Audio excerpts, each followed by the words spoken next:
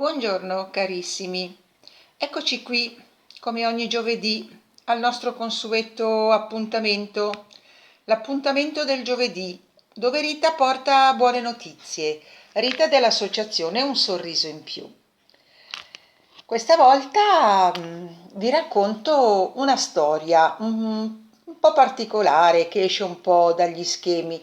È una storia un po' che ci fa riflettere sulle nostre radici. È la storia di Arlena. Il titolo della storia è Il telaio di Arlena. Dunque, Arlena è adesso una giovane donna, una ragazza di 30 anni. È nata in Romania, in un paesino della Romania meridionale, e quando aveva solo un anno è stata adottata da una famiglia della Svizzera italiana, andando a vivere a Bellinzona. Arlena racconta, per spiegarci la sua storia fin dall'inizio, racconta che quando aveva 5 anni i suoi genitori adottivi l'hanno portata con loro per un viaggio di piacere, un viaggio culturale in Egitto, e lì Arlena vede sulla strada delle donne che tessono dietro il telaio, e ne rimane affascinata dal telaio e da questi nodi, da questi fili che queste donne sapevano intrecciare. Non solo, ma più avanti è andata anche in Tunisia e lì ha vissuto la stessa esperienza, ha visto concretamente dal vivo come le donne tessono sul telaio dei manufatti preziosi, cuscini, foulard, poncio, borse. Rimane affascinata dalla maestria di queste donne che sanno intrecciare anche non solo fili di cotone, di lana variopinti, ma anche vimini. Sapete che il vimini è quella foglia vegetale, no? Come dire, di questa pianta che cresce ai bordi dei fiumi, che poi fatta seccare viene utilizzata, ma già dai tempi antichissimi, per produrre e confezionare, fare canestri, cesti, borse, di tutto e di più. Ne rimane affascinata e torna a casa. A 14 anni, quando a scuola, finite le scuole medie, quando a scuola le chiedono: ma tu cosa vuoi fare da grande? Arlena risponde senza esitazione: voglio fare la tessitrice. Quindi non risponde: voglio fare, che so, la sarta, e neanche voglio fare la designer. No, voglio fare la tessitrice. E per iniziare il percorso frequenta un corso di 5 anni, un corso di studi di 5 anni che le consente poi di arrivare a un diploma di artigianato su stoffa. E questo è il primo punto di partenza, nel senso che di arrivo, perché ha finito questi 5 anni, ma anche di partenza, perché la strada era ancora tutta aperta. Arlena sentiva dentro di sé fortissimo questo bisogno di tessere, questo bisogno di stare dietro a un telaio, e lei stessa si chiedeva: ma come mai io sento questa attrazione particolare per il telaio, per i fili colorati, per i gomitoli? A un certo punto della sua vita, passati 20 anni sicuramente, cosa fa? Mette su Facebook, mette sul cellulare praticamente un post, si dice, un messaggio nel quale lei vuole ricercare qualcuno della sua famiglia.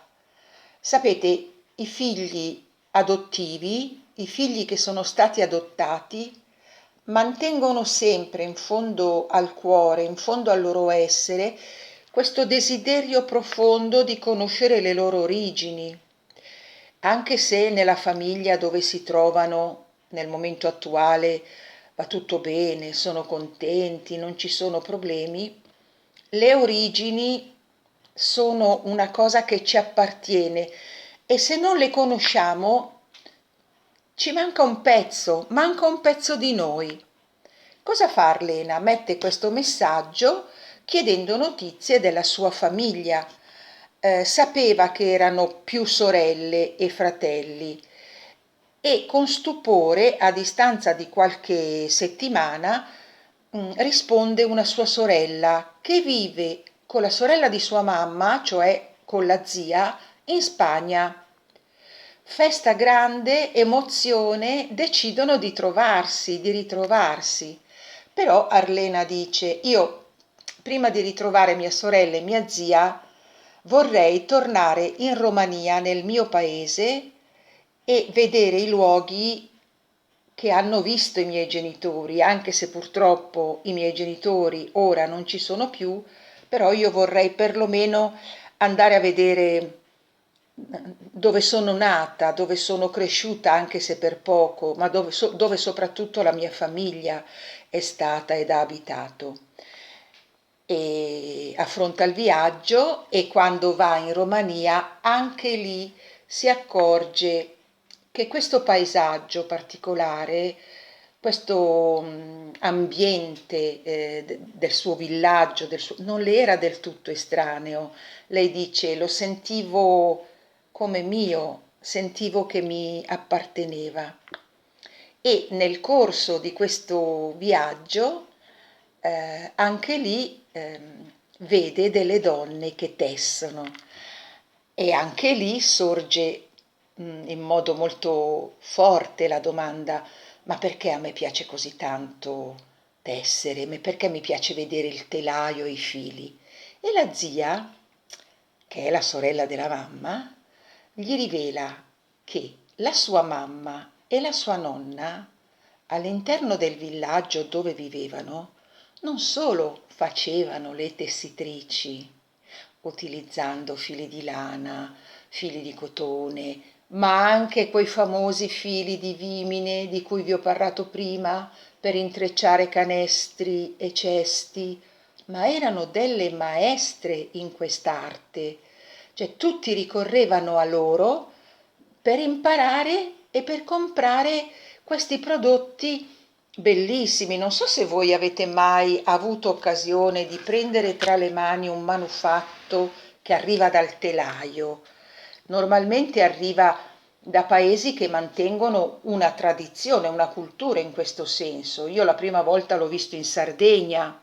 In Sardegna viene mantenuto con cura questo lavoro artigianale che altrimenti si perderebbe perché le giovani naturalmente non sono portate per questo, ma esiste veramente a Castelsardo una scuola che conserva tutte queste tradizioni, quindi l'intreccio del vimini e la tessitura su telaio.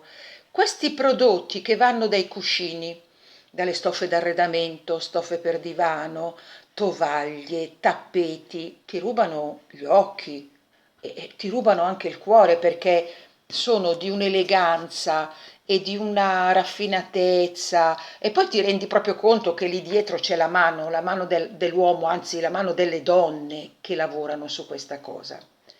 Beh, morale, viene a sapere che la sua nonna e la sua mamma erano maestre nel villaggio e allora maestre di tessitura.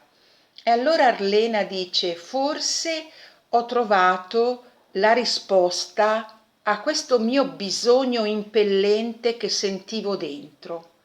Quando torna a casa apre un laboratorio a Bellinzona, un atelier si dice, dove lei personalmente produce questi manufatti di vario tipo, possono essere, ripeto, dei poncho, delle sciarpe, dei foulard e ultimamente si è messa anche a produrre anche degli oggetti di artigianato di legno. Allora, alla domanda come vanno gli affari, come vanno le cose, Arlena dice, ma c'è stato un periodo in cui a malapena riuscivo a pagare l'affitto, a pagare le spese, a tirar fuori di che vivere, però la mia passione era così forte, così era tale che non riuscivo a rinunciare, a dire vabbè, cambio.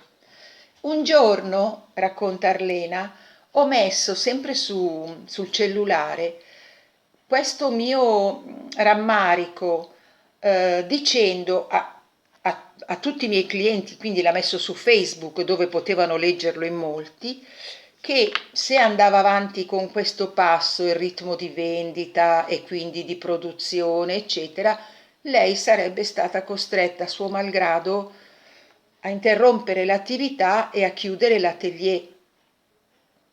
Immediatamente hanno risposto in tantissimi, pregandola di non chiudere l'atelier, anzi aumentando il suo fatturato, no? La sua mole di lavoro, l'hanno aumentata e quindi Arlena adesso si trova nelle condizioni di vivere tranquillamente, senza diventare ricca, ma vivere tranquillamente facendo ciò che a lei piace.